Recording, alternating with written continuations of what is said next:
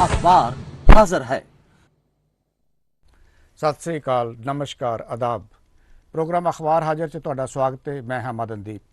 पहला असीं अज दी सुर्खियां ते झात पाउने हैं। कांग्रेस प्रधान सुभाष चावला चंडीगढ़ कारपोरेशन के बाहर धरने ते बैठे। पंचकूला तो रॉकी मित्तल गिरफ्तार। सुखपाल सिंह खैरा ते जवाई दे घर ईडी दे छापे। नवजोत सिंह सिद्धू ने पंजाब विधान सभा चोणां EVM राਹੀਂ कराउण दा कीता विरोध। यूके की संसद में भारत की मोदी सरकार ते तिखे हमले। जे सहुरे घर नूंह नूं सट्टां लगदियां ने ते वो शिकायत दर्ज कराउंदी है तो केस पति ते होवेगा, सुप्रीम कोर्ट ने कहा है। किसानां ने सरकार नाल गलबात करन लई 22 मैंबरी कमेटी कायम की है। याद रहे कि सरकार एक कमेटी कायम करके गलबात करन लई लगातार किसानां नूं कहंदी आ रही है। हुण असीं कुछ खबरां दे उत्ते चर्चा करते हैं। पहली खबर चंडीगढ़ कांग्रेस के प्रधान की है। सुभाष चावला जदों नगर निगम दे विच दाखल होण दा यतन कर रहे सन तां उन्हां नूं रोकिया गया। इस तो बाद वो नाराज़ होके बाहर धरने ते बैठ गए। उन्होंने दोष लाया कि उन्हां कोल कारपोरेशन के अंदर जाण दा पास भी सी, पर फिर भी उन्हां नूं रोकिया गया। खबर अगे बढ़ते हैं। खबर है कि पंचकूला तो रॉकी मित्तल नूं गिरफ्तार किया गया। रॉकी मित्तल कौन है? रॉकी मित्तल एक बहुत कहंदी कहाउंदी हस्ती हैं। भारतीय जनता पार्टी दे विच उन्हां दा बड़ा अच्छा जिहड़ा संबंध है। भारतीय जनता पार्टी दे विच उन्हां नूं बकायदा तौर ते प्रचार ते प्रसार का मुखी लाया गया सी। उन्हां ते दोष है कि उन्हां ने 2015 दे विच एक जज नाल गलत व्यवहार कीता सी। इस नूं लै के गिरफ्तार किया गया। पर रॉकी ने कहा क्योंकि वो हरियाणा के मुख मंत्री का लगातार विरोध कर रहे सन, इस करके उन्होंने तंग परेशान किया जा रहा है। वो पंचकूला रहिंदे सी ते पंचकूला विच आके कैथल की पुलिस ने छापामारी की और उन्होंने गिरफ्तार करके 5 सैक्टर तो पंचकूला ले जाया गया है। वधदे असीं अगली खबर वाल।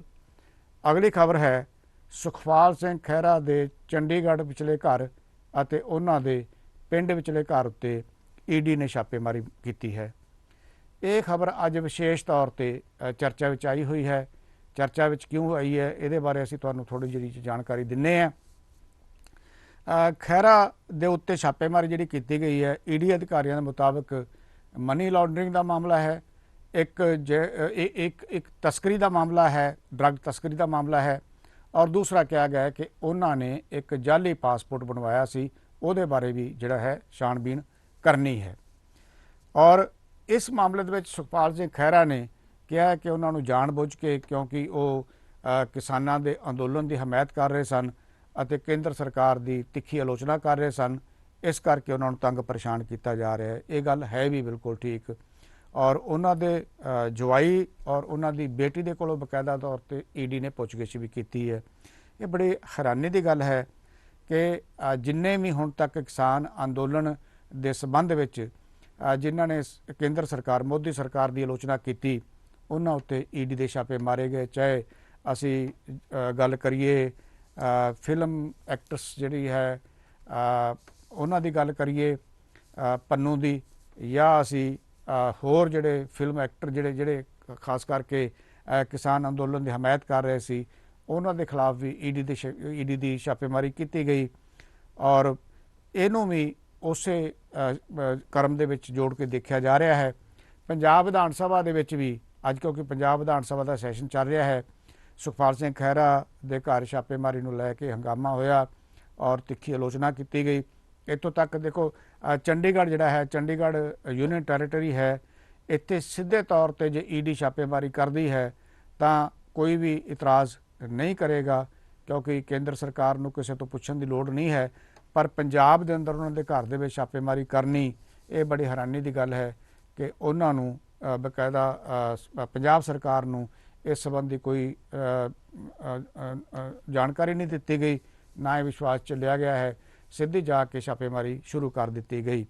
ये सुखपाल सिंह खैरा ने कहा है कि यह जानबूझ के उन्होंने परेशान करने का यतन किया जा रहा है। ਕਿਉਂਕਿ ਉਹ ਲਗਾਤਾਰ ਮੋਦੀ ਸਰਕਾਰ ਦਾ ਵਿਰੋਧ ਕਰ ਰਹੇ ਸਨ ਔਰ ਇਸ ਕਰਕੇ ਉਹਨਾਂ ਨੂੰ ਇਹ ਸਜ਼ਾ ਦਿੱਤੀ ਜਾ ਰਹੀ ਹੈ। ਆਮ ਆਦਮੀ ਪਾਰਟੀ ਦੇ ਜਿਹੜੇ ਨਾਰਾਜ਼ ਪਾਰਟੀ ਦੇ ਵਿੱਚੋਂ ਬਾਹਰ ਆ ਚੁੱਕੇ ਹੈ ਕਈ ਵਿਧਾਇਕ, ਉਹਨਾਂ ਨੇ ਵੀ ਇਸ ਗੱਲ ਦੀ ਆਲੋਚਨਾ ਕੀਤੀ ਹੈ। ਖਾਸ ਕਰਕੇ ਅਸੀਂ ਕੰਵਰ ਸੰਧੂ ਹੋਣਾ ਦਾ ਜ਼ਿਕਰ ਕਰੀਏ ਤਾਂ ਉਹਨਾਂ ਨੇ ਵੀ ਇਹਨੂੰ ਕਿਸਾਨ ਅੰਦੋਲਨ ਨਾਲ ਜੋੜ ਕੇ ਦੇਖਦਿਆਂ ਕਿਹਾ ਹੈ ਕਿ ਜਾਣਬੁੱਝ ਕੇ ਸੁਖਪਾਲ ਸਿੰਘ ਖਹਿਰਾ ਨੂੰ ਤੰਗ ਪਰੇਸ਼ਾਨ ਕੀਤਾ ਜਾ ਰਿਹਾ ਹੈ। ਅਸੀਂ ਵਧਦੇ ਹਾਂ ਅਗਲੀ ਖਬਰ ਵੱਲ। ਅਗਲੀ ਖਬਰ ਹੈ ਨਵਜੋਤ ਸਿੰਘ ਸਿੱਧੂ ਨੇ ਪੰਜਾਬ ਵਿਧਾਨ ਸਭਾ ਚੋਣਾਂ EVM ਰਾਹੀਂ ਨਾ ਕਰਵਾਉਣ ਦੀ ਮੰਗ ਕੀਤੀ ਹੈ। ਉਹਨਾਂ ਨੇ ਅੱਜ ਵਿਧਾਨ ਸਭਾ 'ਚ ਬਕਾਇਦਾ ਆਪਣੇ ਹੀ ਮੁੱਖ ਮੰਤਰੀ ਨੂੰ ਕੈਪਟਨ ਅਮਰਿੰਦਰ ਸਿੰਘ ਨੂੰ ਕਿਹਾ ਹੈ ਕਿ ਤੁਸੀਂ ਪੰਜਾਬ 'ਚ ਹੋਣ ਵਾਲੀ ਵਿਧਾਨ ਸਭਾ ਚੋਣਾਂ ਬੈਲਟ ਪੇਪਰ ਰਾਹੀਂ ਕਰਵਾਓ। ਇੱਥੇ ਦੱਸਣਯੋਗ ਗੱਲ ਇਹ ਹੈ ਕਿ ਕੈਪਟਨ ਅਮਰਿੰਦਰ ਸਿੰਘ ਪੂਰੇ ਹਿੰਦੁਸਤਾਨ ਦੇ ਵਿੱਚ EVM ਦੀ ਥਾਂ ਤੇ ਬੈਲਟ ਪੇਪਰ ਰਾਹੀਂ ਇਲੈਕਸ਼ਨ ਕਰਾਉਣ ਦੀ ਮੰਗ ਕਰਦੇ ਆ ਰਹੇ ਸੀ ਔਰ ਨਵਜੋਤ ਸਿੰਘ ਸਿੱਧੂ ਨੇ ਇਹ ਗੱਲ ਕਹੀ ਹੈ ਕਿ ਜੇ ਕੈਪਟਨ ਅਮਰਿੰਦਰ ਸਿੰਘ ਮੋਦੀ ਸਰਕਾਰ ਤੋਂ ਜਿਹੜੀ ਮੰਗ ਕਰਦੇ ਆ ਰਹੇ ਆ ਕਿਉਂ ਨਾ ਪੰਜਾਬ ਦੇ ਵਿੱਚੋਂ ਹੀ ਸ਼ੁਰੂਆਤ ਕੀਤੀ ਜਾਵੇ। ਇਹ ਗੱਲ ਠੀਕ ਵੀ ਹੈ। ਜੇ ਤੁਸੀਂ EVM ਦਾ ਵਿਰੋਧ ਕਰਨਾ ਹੈ ਹਿੰਦੁਸਤਾਨ ਦੇ ਵਿੱਚ ਤਾਂ ਇੱਥੇ ਤੁਹਾਨੂੰ ਖੁੱਲ੍ਹ ਕੇ ਮੰਗ ਆਪ ਹੀ ਕਰਨੀ ਚਾਹੀਦੀ ਹੈ ਕਿ ਪੰਜਾਬ ਦੇ ਅੰਦਰ EVM ਦੀਆਂ ਮਸ਼ੀਨਾਂ ਦੀ ਥਾਂ ਤੇ ਬੈਲਟ ਪੇਪਰ ਰਾਹੀਂ ਚੋਣ ਕਰਵਾਈ ਜਾਵੇ। ਭਾਰਤ ਦੇ ਜਿਹੜੇ ਚੋਣ ਕਮਿਸ਼ਨਰ ਆ ਉਹਨਾਂ ਨੂੰ ਕੈਪਟਨ ਅਮਰਿੰਦਰ ਸਿੰਘ ਨੂੰ ਪਹਿਲ ਕਦਮੀ ਕਰਦਿਆਂ ਆਪ ਹੀ ਚਿੱਠੀ ਲਿਖਣੀ ਚਾਹੀਦੀ ਹੈ। ਜੇ ਸੂਬੇ ਇਸ ਤਰ੍ਹਾਂ ਦੇ ਫੈਸਲੇ ਕਰਨਗੇ ਕਿ ਅਸੀਂ ਬੈਲਟ ਪੇਪਰ ਰਾਹੀਂ ਚੋਣਾਂ ਕਰਾਉਣੀਆਂ, ਘੱਟੋ ਘੱਟ ਉਹਨਾਂ ਸੂਬਿਆਂ ਨੂੰ ਫੈਸਲਾ ਕਰ ਲੈਣਾ ਚਾਹੀਦਾ ਹੈ ਜਿਹੜੇ ਸੂਬੇ ਗੈਰ ਭਾਰਤੀ ਜਨਤਾ ਪਾਰਟੀ ਦੀ ਸਰਕਾਰਾਂ ਦੇ ਸੂਬੇ ਹਨ। ਉਹਨਾਂ ਸੂਬਿਆਂ ਦੇ ਵਿੱਚ ਘੱਟੋ ਘੱਟ ਪਹਿਲ ਕਦਮੀ ਹੋਵੇ ਤਾਂ ਜਿਹੜਾ ਭਾਰਤੀ ਜਨਤਾ ਪਾਰਟੀ ਦੇ ਉੱਪਰ ਦਬਾਅ ਬਣ ਸਕਦਾ ਹੈ, ਕੇਂਦਰ ਸਰਕਾਰ ਦੇ ਉੱਤੇ ਵੀ ਦਬਾਅ ਬਣ ਸਕਦਾ ਹੈ। ਪਰ ਦੇਖਣਾ ਹੋਵੇਗਾ ਕਿ ਇਹ ਜਿਹੜੀ ਪਹਿਲ ਕਦਮੀ ਦੀ ਮੰਗ ਕੀਤੀ ਗਈ ਹੈ ਨਵਜੋਤ ਸਿੰਘ ਸਿੱਧੂ ਵੱਲੋਂ ਆਪਣੇ ਹੀ ਮੁੱਖ ਮੰਤਰੀ ਨੂੰ ਕਿ ਤੁਸੀਂ ਭਾਰਤ ਦੇ ਚੋਣ ਕਮਿਸ਼ਨ ਨੂੰ ਜਿਹੜਾ ਹੈ ਇੱਕ ਪੱਤਰ ਲਿਖੋ ਤੇ ਕਹੋ ਕਿ ਅਸੀਂ ਇੱਥੇ EVM ਰਾਹੀਂ ਚੋਣਾਂ ਨਹੀਂ ਕਰਵਾਉਣੀਆਂ ਚਾਹੁੰਦੇ, ਇਸ ਕਰਕੇ ਬੈਲਟ ਪੇਪਰ ਰਾਹੀਂ ਚੋਣਾਂ ਕਰਾਉਣ ਦੀ ਸਾਨੂੰ ਇਜਾਜ਼ਤ ਦਿੱਤੀ ਜਾਵੇ। ਇਹ ਹੋਣਾ ਬਹੁਤ ਮੁਸ਼ਕਿਲ ਹੈ ਕਿਉਂਕਿ ਭਾਰਤੀ ਚੋਣ ਕਮਿਸ਼ਨਰ ਭਾਰਤ ਸਰਕਾਰ ਦੇ ਮੇਰੇ ਖਿਆਲ ਉਹਨਾਂ ਨਾਲ ਵਿਚਾਰ ਵਟਾਂਦਰਾ ਕੀਤੇ ਬਗੈਰ ਇਸ ਤਰ੍ਹਾਂ ਦਾ ਕੋਈ ਕੰਮ ਨਹੀਂ ਕਰਨਗੇ। ਇਸ ਕਰਕੇ ਬਹੁਤੀ ਕੋਈ ਆਸ ਨਹੀਂ ਹੈਗੀ, ਪਰ ਫਿਰ ਵੀ ਇਹ ਮਾਮਲਾ ਉੱਠਣਾ ਜਿਹੜਾ ਹੈ ਆਪਣੇ ਆਪ 'ਚ ਹੀ ਵੱਡੀ ਗੱਲ ਹੈ। ਵਧਦੇ ਹਾਂ ਅਸੀਂ ਅਗਲੀ ਖਬਰ ਵੱਲ। UK ਦੀ ਸੰਸਦ ਵਿੱਚ 8 ਤਰੀਕ ਨੂੰ ਕਿਸਾਨ ਅੰਦੋਲਨ ਦੇ ਸੰਬੰਧ ਵਿੱਚ ਤੇ ਭਾਰਤ ਅੰਦਰ ਪ੍ਰੈਸ ਦੀ ਆਜ਼ਾਦੀ ਦੇ ਸੰਬੰਧ ਵਿੱਚ ਚਰਚਾ ਹੋਈ ਵੀ। ਦੱਸਿਆ ਜਾਂਦਾ ਹੈ ਕਿ ਇਹ ਚਰਚਾ ਦਾ ਲਹਿਜਾ ਜਿਹੜਾ ਹੈ ਮੋਦੀ ਸਰਕਾਰ ਦੇ ਖਿਲਾਫ ਕਾਫੀ ਤਿੱਖਾ ਰਿਹਾ। ਹਾਲਾਂਕਿ ਭਾਰਤ ਸਰਕਾਰ ਨੇ UK ਦੀ ਸੰਸਦ ਦੇ ਵਿੱਚ ਇਸ ਤਰ੍ਹਾਂ ਦੇ ਮਾਮਲੇ ਉੱਤੇ ਵਿਚਾਰ ਕਰਨ ਦੀ ਜਿਹੜੀ ਵਿਚਾਰ ਵਟਾਂਦਰਾ ਕਰਨ ਦਾ ਜਿਹੜਾ ਫੈਸਲਾ ਕੀਤਾ ਗਿਆ, ਜਿਹੜੀ ਵਿਚਾਰ ਹੋਈ ਹੈ ਉਹਦਾ ਵਿਰੋਧ ਕੀਤਾ ਹੈ ਔਰ ਇਸ ਵਿਰੋਧ ਤੋਂ ਪਹਿਲਾਂ ਹੀ ਭਾਰਤੀ ਸਰਕਾਰ ਨੇ ਬ੍ਰਿਟੇਨ ਦੇ ਅੱਗੇ ਜ਼ਾਹਰ ਕਰ ਦਿੱਤਾ ਸੀ, ਪਰ ਉਹਨਾਂ ਨੇ ਨਾ ਪ੍ਰਵਾਹ ਕਰਦਿਆਂ ਚਰਚਾ ਨੂੰ ਉਸੇ ਦਿਨ ਹੀ 8 ਮਾਰਚ ਨੂੰ ਬਕਾਇਦਾ ਰੱਖਿਆ ਔਰ ਚਰਚਾ ਹੋਈ ਵੀ। ਇਹਦੇ ਵਿੱਚ ਚਿੰਤਾ ਵੀ ਜ਼ਾਹਰ ਕੀਤੀ ਗਈ ਕਿ ਜਿਹੜੇ ਕਿਸਾਨ ਦਿੱਲੀ ਦੀਆਂ ਸਰਹੱਦਾਂ 'ਤੇ ਬੈਠੇ ਹੈ, ਖਾਸ ਕਰਕੇ 26 ਜਨਵਰੀ ਦੇ ਇਹਦੇ 'ਚ ਬਹੁਤ ਚਰਚਾ ਕੀਤੀ ਗਈ ਕਿ 26 ਜਨਵਰੀ ਦੇ ਸੰਬੰਧ ਵਿੱਚ ਜਿਹੜੀਆਂ ਘਟਨਾਵਾਂ ਦਿੱਲੀ ਦੇ ਵਿੱਚ ਵਾਪਰੀਆਂ ਹੈ ਉਸ ਸੰਬੰਧ 'ਚ ਕਿਸਾਨਾਂ ਦੇ ਉੱਪਰ ਜੋ ਕਿਸਾਨਾਂ ਦੇ ਉੱਤੇ ਕੇਸ ਬਣਾਏ ਗਏ ਔਰ ਜੇਲੀ ਡੱਕਿਆ ਗਿਆ, ਇਹ ਬਹੁਤ ਚਿੰਤਾ ਦਾ ਮਾਮਲਾ ਦੱਸਿਆ ਗਿਆ ਬ੍ਰਿਟੇਨ ਦੀ ਸੰਸਦ 'ਚ ਔਰ ਕਿਹਾ ਗਿਆ ਕਿ ਇਸ ਤਰ੍ਹਾਂ ਦੀ ਜ਼ਿਆਦਤੀ ਜਿਹੜੀ ਹੈ ਉਹ ਨਹੀਂ ਹੋਣੀ ਚਾਹੀਦੀ, ਕਿਉਂਕਿ ਜੇ ਸਰਕਾਰ ਦਾ ਕਾਨੂੰਨ ਬਣਾਉਣ ਦਾ ਕੋਈ ਅਧਿਕਾਰ ਹੈ ਤਾਂ ਉਸ ਕਾਨੂੰਨ ਦਾ ਜੋ ਕਾਨੂੰਨ ਠੀਕ ਨਹੀਂ ਸਮਝਿਆ ਜਾਂਦਾ ਉਹਦਾ ਵਿਰੋਧ ਕਰਨਾ ਵੀ ਕਿਸਾਨਾਂ ਦਾ ਜਿਹੜਾ ਹੈ ਉਹ ਅਧਿਕਾਰ ਹੈ ਔਰ ਵਿਰੋਧ ਕਰ ਸਕਦੇ ਹੈ। ਦੱਸ ਦਈਏ ਕਿ ਪ੍ਰੈਸ ਦੀ ਆਜ਼ਾਦੀ ਦਾ ਜਿਹੜਾ ਮਾਮਲਾ ਹੈ ਉਹ ਵੀ ਕਿਸਾਨ ਅੰਦੋਲਨ ਤੋਂ ਬਾਅਦ ਬਹੁਤ ਚਰਚਾ ਦਾ ਵਿਸ਼ਾ ਬਣਿਆ ਹੈ। ਹਿੰਦੁਸਤਾਨ ਦੇ ਵਿੱਚ ਵੀ ਭਾਰਤ ਸਰਕਾਰ ਦੀ, ਮੋਦੀ ਸਰਕਾਰ ਦੀ ਕਾਫੀ ਆਲੋਚਨਾ ਹੋ ਰਹੀ ਸੀ, ਖਾਸ ਕਰਕੇ ਜੋ ਕਵਰ ਕਰ ਰਹੇ ਸੀ ਇਸ ਮੋਰਚੇ ਨੂੰ, ਉਹਨਾਂ ਪੱਤਰਕਾਰਾਂ ਦੇ ਉੱਤੇ ਕੇਸ ਬਣਾਉਣੇ ਇਹ ਸਰਾਸਰ ਧੱਕੇਸ਼ਾਹੀ ਸੀ ਔਰ ਪ੍ਰੈਸ ਦੀ ਆਜ਼ਾਦੀ ਦੇ ਉੱਪਰ ਹਮਲਾ ਦੱਸਿਆ ਗਿਆ ਸੀ। ਇਸ ਤੋਂ ਇਲਾਵਾ ਸੋਸ਼ਲ ਮੀਡੀਆ ਦੇ ਉੱਤੇ ਅੰਦੋਲਨ ਦੇ ਹੱਕ ਵਿੱਚ ਬੋਲਣ ਵਾਲਿਆਂ ਦੇ ਖਿਲਾਫ ਕੇਸ ਦਰਜ ਕਰਨੇ। ਜੇ ਆਪਾਂ ਗੱਲ ਕਰੀਏ ਦਿਸ਼ਾ ਰਵੀ ਦੀ, ਜਿਹੜੀ 21 ਸਾਲ ਦੀ ਨੌਜਵਾਨ ਲੜਕੀ ਜਿਹੜੀ ਕਿ ਵਾਤਾਵਰਨ ਕਾਰਕੁਨ ਸੀ, ਜਦੋਂ ਉਹਨਾਂ ਦੇ ਖਿਲਾਫ ਦੇਸ਼ ਧਰੋਹ ਦਾ ਮਾਮਲਾ ਦਰਜ ਕਰ ਲਿਆ ਗਿਆ ਅਤੇ ਉਸ ਤੋਂ ਬਾਅਦ ਉਹਨਾਂ ਨੂੰ ਜੇਲ੍ਹ 'ਚ ਡੱਕ ਦਿੱਤਾ ਗਿਆ, ਤਾਂ ਇਹ ਮਾਮਲਾ ਕੌਮਾਂਤਰੀ ਪੱਧਰ 'ਤੇ ਉੱਠਿਆ ਸੀ ਅਤੇ ਕਾਫੀ ਇਸ ਮਾਮਲੇ ਵਿੱਚ ਭਾਰਤ ਸਰਕਾਰ ਦੀ ਆਲੋਚਨਾ ਵੀ ਹੋਈ ਸੀ। ਭਾਰਤ ਸਰਕਾਰ ਦੀ ਆਲੋਚਨਾ ਕਰਦਿਆਂ ਕਈਆਂ ਨੇ, ਇੱਥੋਂ ਤੱਕ ਕਿ ਜਿਹੜੇ ਕੌਮਾਂਤਰੀ ਸਤਰ ਦੇ ਜਿਹੜੇ ਅਖਬਾਰ ਨੇ ਉਹਨਾਂ ਨੇ ਵੀ ਇਸ ਨੂੰ ਕਾਫੀ ਮਹੱਤਵਪੂਰਨ ਖਬਰ ਦੇ ਰੂਪ ਵਿੱਚ ਲਿਆ। ਇਸ ਤੋਂ ਇਲਾਵਾ ਸੋਸ਼ਲ ਮੀਡੀਆ ਦੇ ਵਿੱਚ ਵੀ ਦਿਸ਼ਾ ਰਵੀ ਦੇ ਹੱਕ ਵਿੱਚ ਇੱਕ ਮੁਹਿੰਮ ਛਿੜੀ ਸੀ।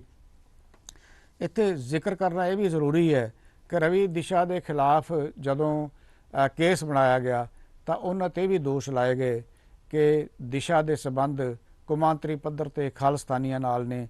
ਖਾਲਿਸਤਾਨ ਦਾ ਮੁੱਦਾ ਕਿਸਾਨ ਅੰਦੋਲਨ ਦੇ ਸਮੇਂ ਦੌਰਾਨ ਕਾਫੀ ਚਰਚਾ ਦੇ ਵਿੱਚ ਰਿਹਾ। ਇਹ ਚਰਚਾ ਕਿਸੇ ਹੋਰ ਨੇ ਨਹੀਂ ਛੜੀ, ਸਗੋਂ ਕੇਂਦਰ ਸਰਕਾਰ ਵੱਲੋਂ ਜਾਂ ਕੇਂਦਰ ਸਰਕਾਰ ਦੇ ਜਿਹੜੇ ਮੰਤਰੀ ਹੈਗੇ ਆ ਉਹਨਾਂ ਵੱਲੋਂ ਜਾਂ ਭਾਰਤੀ ਜਨਤਾ ਪਾਰਟੀ ਦੇ ਵੱਡੇ ਵੱਡੇ ਆਗੂਆਂ ਵੱਲੋਂ ਇਹ ਜਾਣਬੁੱਝ ਕੇ ਖਾਲਿਸਤਾਨ ਦਾ ਜਿਹੜਾ ਹਊਆ ਹੈ ਉਹ ਖੜਾ ਕਰਨ ਦਾ ਯਤਨ ਕੀਤਾ।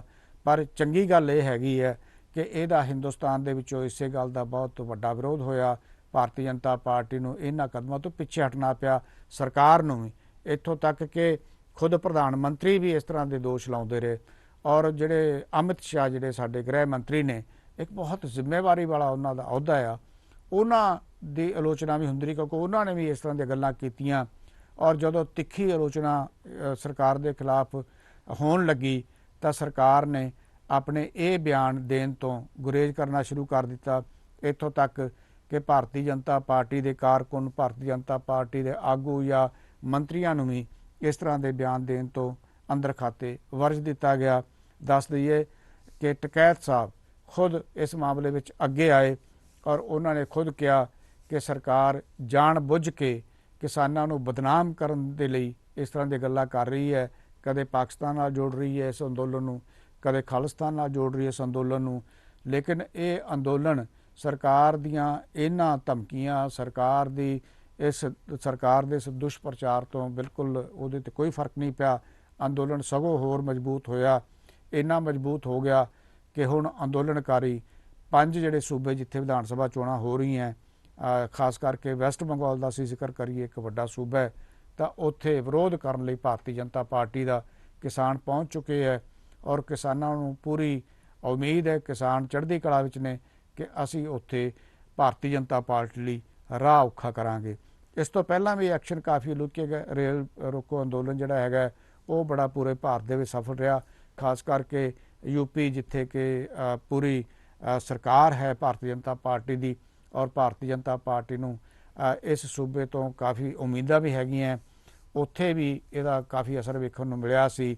ਉਮੀਦ ਕੀਤੀ ਜਾ ਰਹੀ ਹੈ ਕਿ ਆਉਂਦੇ ਦਿਨਾਂ ਨੂੰ ਯੂਪੀ ਦੇ ਵਿੱਚ ਕਿਸਾਨਾਂ ਦਾ ਅੰਦੋਲਨ ਹੋਰ ਤੇਜ਼ ਹੋਵੇਗਾ। ਜੇ ਅਸੀਂ ਹਰਿਆਣੇ ਦੀ ਗੱਲ ਕਰੀਏ, ਇੱਕ ਵੇਲਾ ਉਹ ਸੀ ਜਦੋਂ ਹਰਿਆਣੇ ਦੇ ਵਿੱਚ ਜਦੋਂ ਇੱਕ ਹਰਿਆਣੇ ਦਾ ਕਿਸਾਨ ਮਰਿਆ ਸੀ ਕਿਸਾਨ ਅੰਦੋਲਨ ਦੇ ਦੌਰਾਨ, ਤਾਂ ਉਦੋਂ ਉਹਨਾਂ ਦੇ ਮੰਤਰੀ ਨੇ, ਹਰਿਆਣੇ ਦੇ ਇੱਕ ਮੰਤਰੀ ਨੇ ਕਿਹਾ ਸੀ, ਖੇਤੀ ਮੰਤਰੀ ਨੇ, ਕਿ ਇਹਨਾਂ ਨੇ ਤਾਂ ਮਰਨਾ ਹੀ ਸੀ, ਭਾਵੇਂ ਘਰ ਮਰ ਜਾਂਦੇ ਤੇ ਭਾਵੇਂ ਅੰਦੋਲਨ ਦੇ ਵਿੱਚ ਮਰ ਜਾਂਦੇ ਜਿੱਥੇ ਧਰਨਾ ਦਿੱਤਾ ਹੋਇਆ। ਇਹਦੀ ਜਦੋਂ ਤਿੱਖੀ ਆਲੋਚਨਾ ਹੋਈ, ਬੜੀ ਤੋਏ ਹੋਈ ਉਹਨਾਂ ਦੇ ਖਿਲਾਫ, ਮੰਤਰੀ ਦੇ ਖਿਲਾਫ, ਬੜੀ ਸ਼ਰਮਸਾਰੀ ਦਾ ਸਾਹਮਣਾ ਕਰਨਾ ਪਿਆ ਸੀ ਖੱਟੜ ਸਰਕਾਰ ਨੂੰ। ਪਰ ਹੁਣ ਖੱਟੜ ਸਰਕਾਰ ਨੇ ਜਿਹੜੀ ਇੱਕ ਨਵਾਂ ਬਿਆਨ ਜਿਹੜਾ ਜਾਰੀ ਕੀਤਾ ਹੈ, ਕਿਉਂਕਿ ਇਸ ਵੇਲੇ ਵਿਧਾਨ ਸਭਾ ਦਾ ਸੈਸ਼ਨ ਚੱਲ ਰਿਹਾ ਹੈ, ਹਰਿਆਣਾ ਵਿਧਾਨ ਸਭਾ ਦਾ ਸੈਸ਼ਨ ਵੀ ਚੱਲ ਰਿਹਾ ਹੈ, ਬਜਟ ਸੈਸ਼ਨ ਚੱਲ ਰਿਹਾ ਹੈ। ਇਸ ਦੌਰਾਨ ਫਿਰ ਇੱਕ ਵਾਰ ਵਿਸ਼ਾ ਚਰਚਾ ਦਾ, ਕਿਸਾਨ ਅੰਦੋਲਨ ਚਰਚਾ ਦਾ ਵਿਸ਼ਾ ਬਣਿਆ ਹਰਿਆਣਾ ਵਿਧਾਨ ਸਭਾ ਵਿੱਚ। ਤਾਂ ਖੱਟੜ ਸਾਹਿਬ ਨੇ ਇਹ ਮੰਨਿਆ ਕਿ ਇੰਨੇ ਕਿਸਾਨ ਜਿਹੜੇ ਹੈਗੇ ਆ ਹਰਿਆਣੇ ਦੇ ਉਹ ਮਰੇ ਆ ਅੰਦੋਲਨ ਦੇ ਵਿੱਚ, ਪਰ ਉਹਨਾਂ ਨੇ ਕੋਈ ਵੀ ਸਹਾਇਤਾ ਦੇਣ ਤੋਂ ਇਨਕਾਰ ਕਰ ਦਿੱਤਾ। ਇਹ ਬੜੀ ਹੈਰਾਨੀ ਦੀ ਗੱਲ ਹੈ ਕਿ ਜਿਹੜੇ ਅੰਦੋਲਨ ਦੇ ਵਿੱਚ ਸ਼ਹੀਦ ਹੋਏ ਆ ਕਿਸਾਨ, ਉਹਨਾਂ ਨੂੰ ਹਾਲੇ ਤੱਕ ਕਿਸੇ ਵੀ ਸਰਕਾਰ ਨੇ ਕੋਈ ਸਹਾਇਤਾ ਦਾ ਪ੍ਰਾਵਧਾਨ ਬਜਟ ਦੇ ਵਿੱਚ ਨਹੀਂ ਰੱਖਿਆ। ਪੰਜਾਬ ਸਰਕਾਰ ਤੋਂ ਵੀ ਇਸ ਤਰ੍ਹਾਂ ਦੀ ਕੋਈ ਆਸ ਕੀਤੀ ਜਾ ਰਹੀ ਸੀ, ਪਰ ਪੰਜਾਬ ਦੇ ਬਜਟ ਦੇ ਵਿੱਚ ਵੀ ਉਹਨਾਂ ਲਈ ਕੁਛ ਨਹੀਂ। ਜਿਹੜੇ ਅੰਦੋਲਨ ਦੇ ਵਿੱਚ ਜਿਹੜੇ ਸ਼ਹੀਦ ਹੋਏ ਕਿਸਾਨ ਆ, ਉਹਨਾਂ ਦੇ ਪਰਿਵਾਰਾਂ ਨੂੰ ਕੋਈ ਸਹਾਇਤਾ ਦਾ ਐਲਾਨ ਨਹੀਂ ਕੀਤਾ ਗਿਆ। ਖੱਟੜ ਸਾਹਿਬ ਨੇ ਤਾਂ ਬਿਲਕੁਲ ਇਨਕਾਰ ਹੀ ਕਰ ਦਿੱਤਾ ਕਿ ਅਸੀਂ ਇਸ ਤਰ੍ਹਾਂ ਦੇ ਮ੍ਰਿਤਕ ਕਿਸੇ ਵੀ ਕਿਸਾਨ ਪਰਿਵਾਰ ਨੂੰ ਕੋਈ ਮਦਦ ਨਹੀਂ ਦੇਵਾਂਗੇ। ਔਰ ਇਹਦੇ ਨਾਲ ਹੀ ਇੱਕ ਕਿਸਾਨ ਅੰਦੋਲਨ ਦੇ ਨਾਲ ਸੰਬੰਧਿਤ ਇੱਕ ਹੋਰ ਖਬਰ ਹੈਗੀ ਹੈ।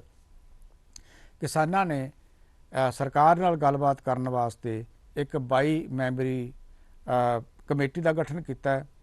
ਦੱਸ ਦਈਏ ਕਿ ਇਸ ਤੋਂ ਪਹਿਲਾਂ ਜਦੋਂ 49 ਕਿਸਾਨਾਂ ਨਾਲ ਗੱਲ ਕਰਨ ਦੀ ਗੱਲ ਆਉਂਦੀ ਸੀ, ਉਦੋਂ ਸਰਕਾਰ ਵਾਰ-ਵਾਰ ਇਹ ਗੱਲ ਕਹਿੰਦੀ ਸੀ ਕਿ ਇੰਨੇ ਕਿਸਾਨ ਆਗੂਆਂ ਨਾਲ ਗੱਲਬਾਤ ਕਰਨ ਦੀ ਬਜਾਏ ਤੁਸੀਂ ਕੁਝ ਮੈਂਬਰਾਂ ਦੀ ਇੱਕ ਕਮੇਟੀ ਬਣਾਓ ਤਾਂ ਕਿ ਅਸੀਂ ਤੁਹਾਡੇ ਨਾਲ ਗੱਲਬਾਤ ਕਰ ਸਕੀਏ।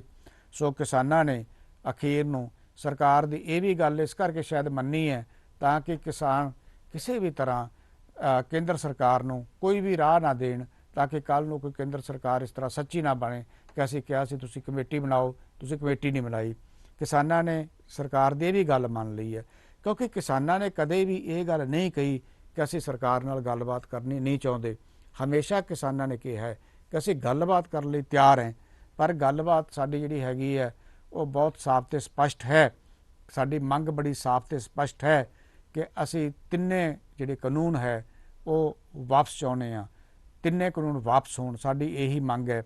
ਔਰ ਹੁਣ ਵਿੱਚੋਂ ਤਾਂ ਬਿਲਕੁਲ ਸਰਕਾਰ ਚੁੱਪ ਹੀ ਹੋ ਗਈ ਸੀ। ਰਾਜ ਸਭਾ 'ਚ ਸੰਸਦ ਦੇ ਵਿੱਚ ਪ੍ਰਧਾਨ ਮੰਤਰੀ ਨੇ ਇਹਨਾਂ ਕੋ ਕਿਹਾ ਸੀ ਕਿ ਸਰਕਾਰ ਇੱਕ ਫੋਨ ਕਾਲ ਤੇ ਦੂਰ ਹੈ, ਜਦੋਂ ਵੀ ਕਿਸਾਨ ਚਾਹੁਣ ਉਹ ਸਾਡੇ ਨਾਲ ਗੱਲਬਾਤ ਕਰ ਸਕਦੇ ਹੈ। ਪਰ ਕਿਸਾਨ ਕਿਉਂ ਚਾਹੁਣਗੇ? ਕਿਸਾਨ ਤਾਂ ਇਹ ਚਾਹੁੰਦੇ ਹੈ ਕਿ ਸਰਕਾਰ ਉਹਨਾਂ ਨਾਲ ਗੱਲਬਾਤ ਕਰਨ ਦਾ ਮਾਹੌਲ ਬਣਾਵੇ।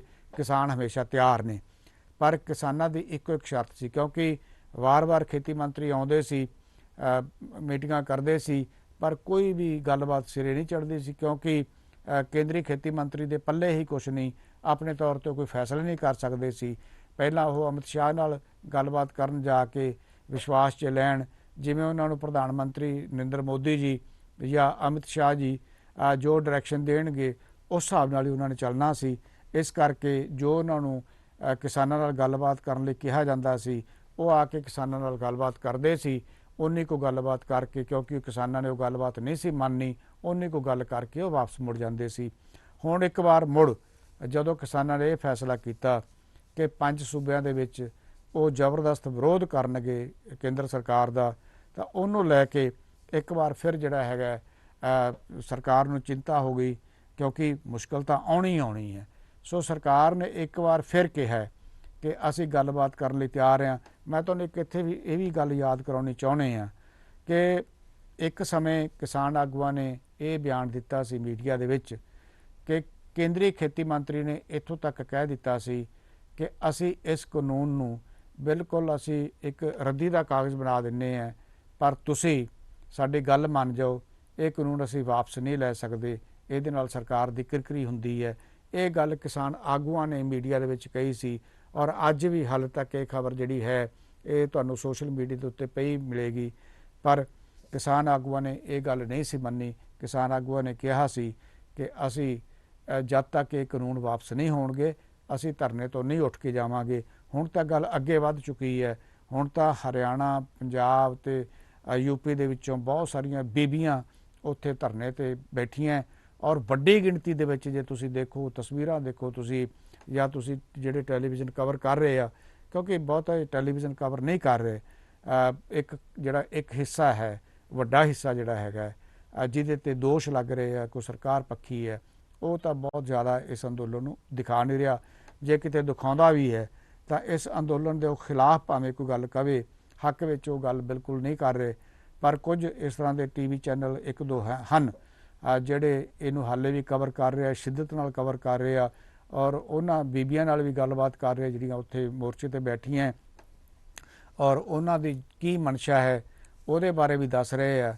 ਔਰ ਇੱਕ ਗੱਲ ਹੋਰ ਹੈਗੀ ਹੈ ਕਿ ਸੋਸ਼ਲ ਮੀਡੀਆ ਦੇ ਉੱਤੇ ਹਾਲੇ ਤੱਕ ਵੀ, ਹਾਲਾਂਕਿ ਕਈ ਇਸ ਤਰ੍ਹਾਂ ਦੀਆਂ ਸੋਸ਼ਲ ਮੀਡੀਆ ਦੇ ਵਿੱਚ ਇਸ ਤਰ੍ਹਾਂ ਦੇ ਕਈ ਪੇਜ, ਕਈ ਸਾਈਟਸ ਜਿਹੜੀਆਂ ਹੈਗੀਆਂ ਉਹ ਬਲੌਕ ਕਰਤੇ ਗਈ, ਕਈ ਮਤਲਬ ਨਾ ਬਲੌਕ ਕਰਤੇ ਗਏ, ਇਸ ਕਰਕੇ ਕਿਉਂਕਿ ਉਹ ਕਿਸਾਨ ਅੰਦੋਲਨ ਨੂੰ ਲੈ ਕੇ ਜਿਹੜਾ ਉਹਨਾਂ ਦੀ ਇੱਕ ਮੁਹਿੰਮ ਹੈ ਉਹਨੂੰ ਰੋਕਿਆ ਜਾ ਸਕੇ।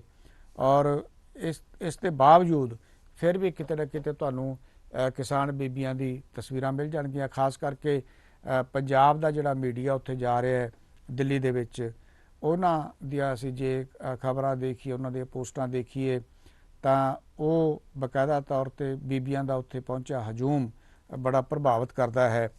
ਔਰ ਨਵਜੋਤ ਸਿੰਘ ਸਿੱਧੂ ਬਾਰੇ ਇੱਕ ਹੋਰ ਜਿਹੜੀ ਸਾਨੂੰ ਹੁਣੇ ਜਿਹੜੀ ਖਬਰ ਮਿਲੀ ਹੈ ਉਹ ਇਹ ਹੈ ਕਿ ਹਰੀਸ਼ ਰਾਵਤ ਜਿਹੜੇ ਕਿ ਪੰਜਾਬ ਕਾਂਗਰਸ ਦੇ ਮਾਮਲਿਆਂ ਬਾਰੇ ਇੰਚਾਰਜ ਲਾਏ ਗਏ ਆ, ਉਹ ਰਾਤ ਨੂੰ ਇੱਕ ਵਾਰ ਫਿਰ ਮੁੱਖ ਮੰਤਰੀ ਕੈਪਟਨ ਅਮਰਿੰਦਰ ਸਿੰਘ ਤੇ ਨਵਜੋਤ ਸਿੰਘ ਸਿੱਧੂ ਨੂੰ ਇੱਕ ਟੇਬਲ ਤੇ ਲਿਆ ਰਹੇ ਆ, ਇਕੱਠੇ ਉਹ ਰਾਤ ਨੂੰ ਡਿਨਰ ਕਰਨਗੇ। ਔਰ ਸ਼ਾਇਦ ਇਸ ਤੋਂ ਪਹਿਲਾਂ ਵੀ ਮੈਂ ਤੁਹਾਨੂੰ ਦੱਸਣਾ ਯਾਦ ਕਰਾਉਣਾ ਚਾਹੁੰਦਾ ਕਿ ਨਵਜੋਤ ਸਿੰਘ ਸਿੱਧੂ ਨਾਲ ਹਰੀਸ਼ ਰਾਵਤ ਜੀ ਨੇ ਡਿਨਰ ਕੀਤਾ ਸੀ ਔਰ ਸ਼ਾਇਦ ਉਸ ਸਮੇਂ ਨਵਜੋਤ ਸਿੰਘ ਸਿੱਧੂ ਤੋਂ ਉਹਨਾਂ ਨੇ ਪੁੱਛਗਿੱਛ ਕੀਤੀ ਹੋਣੀ ਹੈ ਕਿ ਤੁਸੀਂ ਕੀ ਚਾਹੁੰਦੇ ਹੋ। ਤੋ ਇਸ ਤੋਂ ਬਾਅਦ ਅੱਜ ਜਿਹੜੇ ਰਾਤ ਨੂੰ ਜਿਹੜਾ ਡਿਨਰ ਹੋਣਾ ਹੈ ਨਵਜੋਤ ਸਿੰਘ ਸਿੱਧੂ, ਮੁੱਖ ਮੰਤਰੀ ਕੈਪਟਨ ਅਮਰਿੰਦਰ ਸਿੰਘ ਤੇ ਹਰੀਸ਼ ਰਾਵਤ ਜੀ ਉਹਨਾਂ ਦਾ ਇਕੱਠਾ, ਉਸ ਤੋਂ ਬਾਅਦ ਗੱਲਬਾਤ ਕਿਸ ਤਰ੍ਹਾਂ ਦੀ ਹੁੰਦੀ ਹੈ। ਨਵਜੋਤ ਸਿੰਘ ਸਿੱਧੂ ਨੂੰ ਦੁਬਾਰਾ ਵਾਪਸ ਵਜ਼ਾਰਤ ਵਿੱਚ ਲਿਆ ਜਾਂਦਾ ਹੈ, ਪੁਰਾਣੇ ਉਹਨਾਂ ਦਾ ਜਿਹੜਾ ਵਿਭਾਗ ਸੀ ਉਹਦੇ 'ਤੇ ਲਿਆ ਜਾਂਦਾ ਹੈ, ਜਾਂ ਉਹਨਾਂ ਨੂੰ ਡਿਪਟੀ ਮੁੱਖ ਮੰਤਰੀ ਬਣਾਇਆ ਜਾਂਦਾ ਜਿਵੇਂ ਚਰਚਾਵਾਂ ਚੱਲ ਰਹੀਆਂ। ਹਾਲਾਂਕਿ ਕੋਈ ਉਹਨਾਂ ਦੀ ਪਾਰਟੀ ਦੇ ਵਿੱਚੋਂ ਇਸ ਤਰ੍ਹਾਂ ਦੀ ਗੱਲ ਨਹੀਂ ਆਈ, ਪਰ ਫਿਰ ਵੀ ਇਸ ਤਰ੍ਹਾਂ ਦੀ ਚਰਚਾ ਹੈ ਕਿ ਨਵਜੋਤ ਸਿੰਘ ਸਿੱਧੂ ਨੂੰ ਸ਼ਾਇਦ ਡਿਪਟੀ ਮੁੱਖ ਮੰਤਰੀ ਵੀ ਬਣਾਇਆ ਜਾ ਸਕਦਾ ਹੈ। ਪਰ ਸਵਾਲ ਇਸ ਗੱਲ ਦਾ ਹੈਗਾ ਕਿ ਜਿਹੜੇ ਪੁਰਾਣੇ ਕਾਂਗਰਸੀ ਆਗੂ ਬੈਠੇ ਆ, ਬਹੁਤ ਸਾਰੇ ਬਾਜਵਾ ਬਹੁਤ ਪੁਰਾਣੇ ਔਰ ਬਹੁਤ ਵੱਡੇ ਆਗੂ ਨੇ ਕਾਂਗਰਸ ਦੇ, ਇਸ ਤੋਂ ਇਲਾਵਾ ਜਿਹੜੇ ਸੁਖਜਿੰਦਰ ਸਿੰਘ ਰੰਧਾਵਾ ਹੋਣੀ ਹੈਗੇ ਆ ਜਾਂ ਹੋਰ ਹੈ, ਇਹ ਸਾਰਿਆਂ ਨੂੰ ਕਿਵੇਂ ਵਿਸ਼ਵਾਸ 'ਚ ਲੈਣਗੇ ਕੈਪਟਨ ਅਮਰਿੰਦਰ ਸਿੰਘ, ਜਿਹੜੇ ਪਹਿਲਾਂ ਹੀ ਸਾਲਾਂ ਦੇ ਸਾਲ ਜਾਂ ਖਾਨਦਾਨੀ ਜਿਹਨੂੰ ਆਪਾਂ ਕਹਿ ਲਈਏ ਕਾਂਗਰਸੀ ਹੈਗੇ ਆ, ਜਿਹੜੇ ਅੱਜ ਵੀ ਜਿਨ੍ਹਾਂ ਦੇ ਪਿਤਾ ਵੀ ਜਿਹੜੇ ਕਾਂਗਰਸ ਦੇ ਵਿੱਚੋਂ ਗਏ, ਕਾਂਗਰਸ ਵਿੱਚ ਰਹੇ ਆ ਔਰ ਚੋਣਾਂ ਲੜਦੇ ਰਹੇ। ਉਸ ਤੋਂ ਬਾਅਦ ਅਗਲੀ ਪੀੜ੍ਹੀ ਜਿਹੜੀ ਹੈਗੀ ਉਹ ਵੀ ਕਾਂਗਰਸ 'ਚ ਆਈ ਹੈ, ਅੱਜ ਤੱਕ ਜੁੜੇ ਹੋਏ ਆ। ਕਾਂਗਰਸ ਦੇ ਹਾਲਾਤ ਜਿਸ ਤਰ੍ਹਾਂ ਦੇ ਮਰਜ਼ੀ ਪੰਜਾਬ ਦੇ ਵਿੱਚ ਕਦੇ ਮਾੜੇ ਵੀ ਕਦੇ ਚੰਗੇ ਵੀ ਹੈ, ਤਾਂ ਉਹਦੇ ਵਿੱਚ ਜਦੋਂ ਉਹ ਜੁੜੇ ਹੋਏ ਆ ਹਾਲੇ ਤੱਕ ਕਾਂਗਰਸ ਨਾਲ, ਤਾਂ ਇਹ ਦੇਖਣ ਵਾਲੀ ਗੱਲ ਹੈ ਕਿ ਉਹ ਕਿਵੇਂ ਬਰਦਾਸ਼ਤ ਕਰਦੇ ਹਨ ਜਾਂ ਕੈਪਟਨ ਅਮਰਿੰਦਰ ਸਿੰਘ ਉਹਨਾਂ ਨੂੰ ਕਿਸ ਤਰ੍ਹਾਂ ਸਮਝਾਉਂਦੇ ਹਨ, ਕਿਸ ਤਰ੍ਹਾਂ ਵਿਸ਼ਵਾਸ 'ਚ ਲੈਂਦੇ ਹਨ। ਜਾਂ ਇਹ ਵੀ ਹੋ ਸਕਦਾ ਹੈ ਕਿ ਇਹ ਕਿਹਾ ਜਾਵੇ ਕਿ ਤੁਸੀਂ ਅਗਲੀ ਵਜ਼ਾਰਤ ਦੇ ਵਿੱਚ ਤੁਹਾਨੂੰ ਕੋਈ ਚੰਗਾ ਅਹੁਦਾ ਮਿਲੇਗਾ, ਤੁਸੀਂ ਕਾਂਗਰਸ ਛੱਡ ਕੇ ਨਾ ਜਾਇਓ ਹਾਲੇ, ਕਿਉਂਕਿ ਇਸ ਤਰ੍ਹਾਂ ਦੀ ਚਰਚਾ ਚੱਲ ਰਹੀ ਹੈ। ਨਵਜੋਤ ਸਿੰਘ ਸਿੱਧੂ ਨੇ ਤਾਂ ਬਿਲਕੁਲ ਹਾਲੇ ਕਿਤੇ ਨਹੀਂ ਕਿਹਾ ਕਿ ਉਹ ਕਾਂਗਰਸ ਨੂੰ ਛੱਡ ਰਹੇ ਆ ਜਾਂ ਉਹ ਕਿਸੇ ਹੋਰ ਪਾਰਟੀ 'ਚ ਜਾ ਰਹੇ ਆ, ਪਰ ਚਰਚਾ ਲਗਾਤਾਰ ਜਾਰੀ ਹੈ। ਚਰਚਾ ਇਹ ਹੋ ਰਹੀ ਹੈ ਵੱਖ-ਵੱਖ ਮੀਡੀਆ ਦੇ ਵਿੱਚ ਵੀ, ਖੁੰਡ ਚਰਚਾ ਵੀ ਹੈ, ਦੰਦ ਚਰਚਾ ਵੀ ਹੈ ਕਿ ਨਵਜੋਤ ਸਿੰਘ ਸਿੱਧੂ ਕਾਂਗਰਸ ਨੂੰ ਛੱਡ ਸਕਦੇ ਆ, ਉਹ ਆਮ ਆਦਮੀ ਪਾਰਟੀ ਵਿੱਚ ਜਾ ਸਕਦੇ ਆ ਜਾਂ ਜਿਹੜੇ ਨਵੇਂ ਸਮੀਕਰਨ ਬਣਨਗੇ ਪੰਜਾਬ ਦੇ ਅੰਦਰ, ਕਿਉਂਕਿ ਕਿਸਾਨ ਅੰਦੋਲਨ ਨੇ ਪੰਜਾਬ ਦੀ ਰਾਜਨੀਤੀ ਦੇ ਵਿੱਚ ਬਹੁਤ ਕੁਝ ਨਵਾਂ ਜਿਹੜਾ ਹੈਗਾ ਉਹ ਉਭਾਰ ਲੈਂਦਾ ਆ। ਬਹੁਤ ਸਾਰੀਆਂ ਆਸਾਂ ਜਿਨ੍ਹਾਂ ਨੇ ਰੱਖੀਆਂ ਹੋਈਆਂ ਸੀ ਉਹਨਾਂ ਦੀਆਂ ਆਸਾਂ 'ਤੇ ਪਾਣੀ ਫਿਰਿਆ ਆ ਔਰ ਅੱਗੇ ਜਾ ਕੇ ਨਵੇਂ ਸਮੀਕਰਨ ਵੀ ਜਿਹੜਾ ਹੈਗਾ ਇਹ ਮੋਰਚਾ ਜਿਹੜਾ ਕਿਸਾਨਾਂ ਦਾ ਮੋਰਚਾ ਹੈ ਇਹ ਨਵੇਂ ਸਮੀਕਰਨ ਵੀ ਉਭਾਰ ਸਕਦਾ ਹੈ। ਅਤੇ ਨਵੇਂ ਸਮੀਕਰਨਾਂ ਦੇ ਵਿੱਚ ਨਵਜੋਤ ਸਿੰਘ ਸਿੱਧੂ ਦਾ ਕੀ ਸਥਾਨ ਹੈ ਉਹਦੇ 'ਤੇ ਬਹੁਤ ਸਾਰਾ ਜਿਹੜਾ ਸਿੱਧੂ ਦਾ ਅਗਲਾ ਫੈਸਲਾ ਹੋਏਗਾ ਉਹਦੇ 'ਤੇ ਬਹੁਤ ਮਨਅਸਰ ਕਰਦਾ ਹੈ। ਦਿਲਚਸਪ ਖਬਰਾਂ ਸਨ ਕੁਝ ਜਿਨ੍ਹਾਂ 'ਤੇ ਅਸੀਂ ਚਰਚਾ ਕੀਤੀ ਹੈ।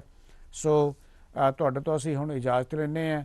ਇਸ ਤੋਂ ਬਾਅਦ ਅਗਲੇ ਜਦੋਂ ਅਸੀਂ ਕੱਲ੍ਹ ਦੁਬਾਰਾ ਇਸੇ ਸਮੇਂ ਤੁਹਾਡੇ ਸਾਹਮਣੇ ਹਾਜ਼ਰ ਹੋਵਾਂਗੇ ਤਾਂ ਨਵੀਆਂ ਤਾਜ਼ੀਆਂ ਖਬਰਾਂ ਲੈ ਕੇ ਆਵਾਂਗੇ। बहुत बहुत शुक्रिया। अखबार हाजिर है। अखबार हाजिर है।